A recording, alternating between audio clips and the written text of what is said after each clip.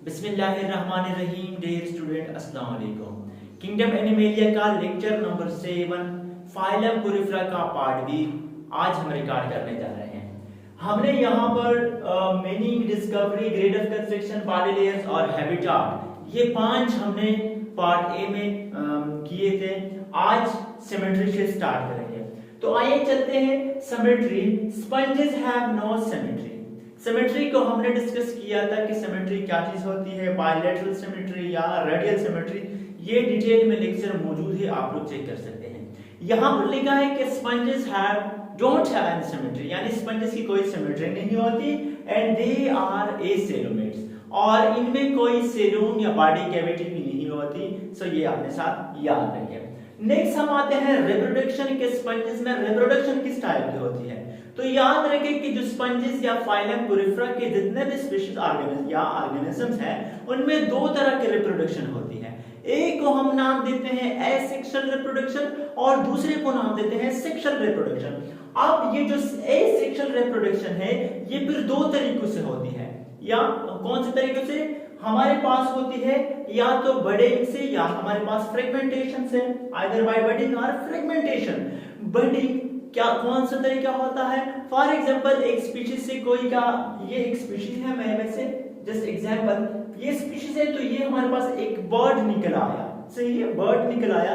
तो कुछ टाइम के बाद ये बर्ड इससे अलग होकर, इस स्पीशीज से अलग होकर एक दूसरा नया स्पीशीज बनाएगा, खुद का, यानी खुद का एक दूसरा ऑर्गेनिज्म बनाएगा। तो आइदर बर्डिंग हो गई या फ्रेगमेंटेशन। फ्रेगमेंटेशन फॉर एग्जांपल यहाँ पर ये एक ऑर्गेनिज्म है, इनमें मुख्तलिफ क्या है, फ्रेगमेंट्स है या क्या है, पार्ट्स है।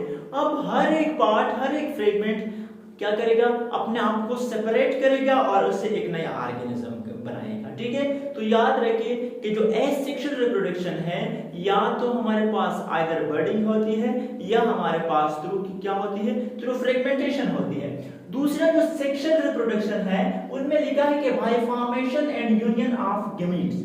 याद रखिए कि जो सेक्सुअल रिप्रोडक्शन है, ये बाय फॉर्मेशन होती है, ये यूनियन ऑफ हैप्लॉइड गैमीट, सही है, हैप्लॉइड गैमीट यानी एग और स्पर्म के थ्रू होती है। एग और स्पर्म्स जब आपस में मिलते हैं तो हमारे पास क्या बनता है, जाइगोट बनाता है और ऐसे ऐसे चल के हमारे पास एक नया ऑर्गेनिज्म बनाता है।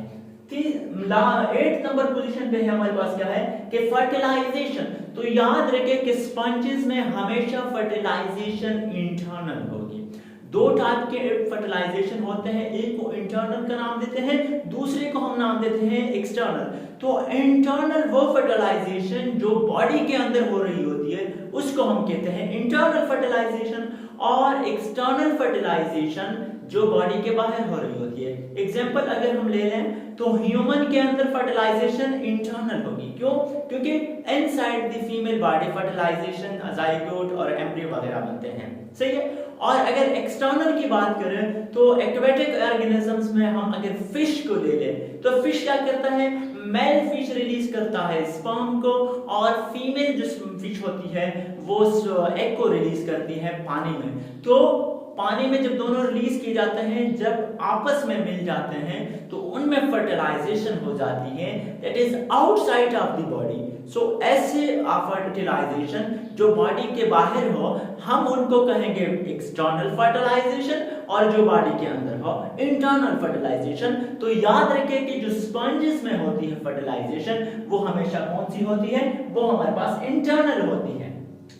फिर हमारे पास है डेवलपमेंट इज आइदर डायरेक्ट और इनडायरेक्ट। डेवलपमेंट डायरेक्ट भी हो सकती है, इनडायरेक्ट भी हो सकती है।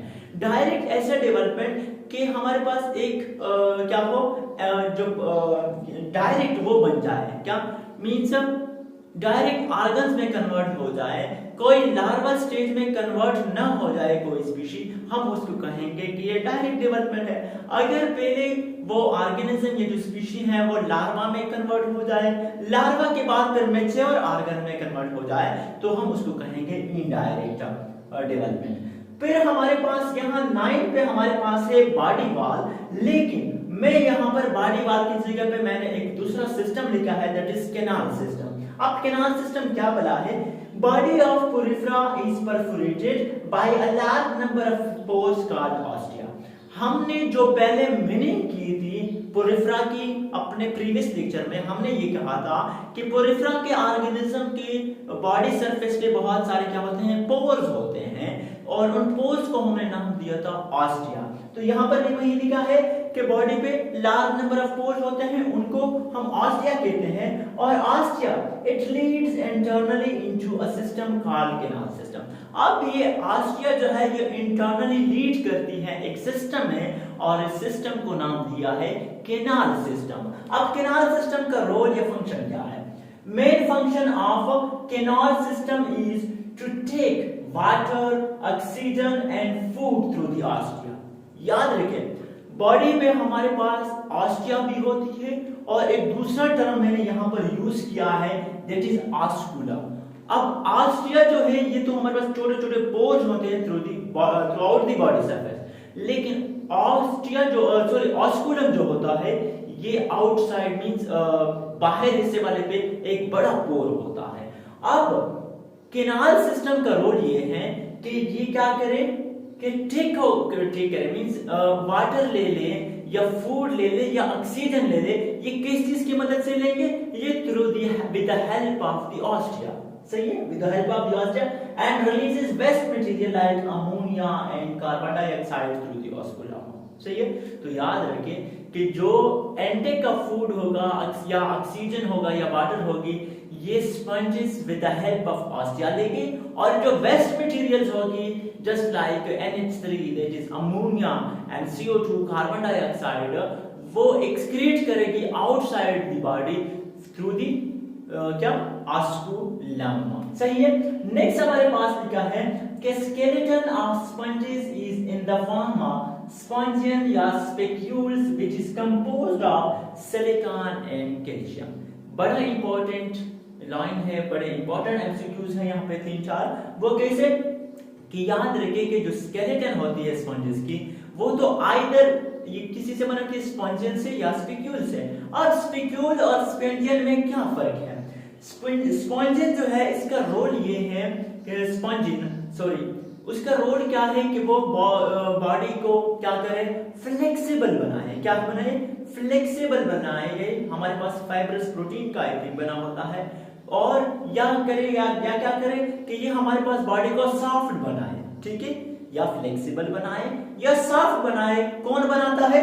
स्पॉन्जियन। और जो स्पिक्यूल्स है ये हमारे पास बॉडी को हार्ड बनाता है। क्या ये हार्ड हो गया बॉडी को, और ये हमारे पास सॉफ्ट हो गया, या हमारे पास फ्लेक्सिबल हो गया। ठीक है, तो इन दोनों चीजों में कंफ्यूज ना हो।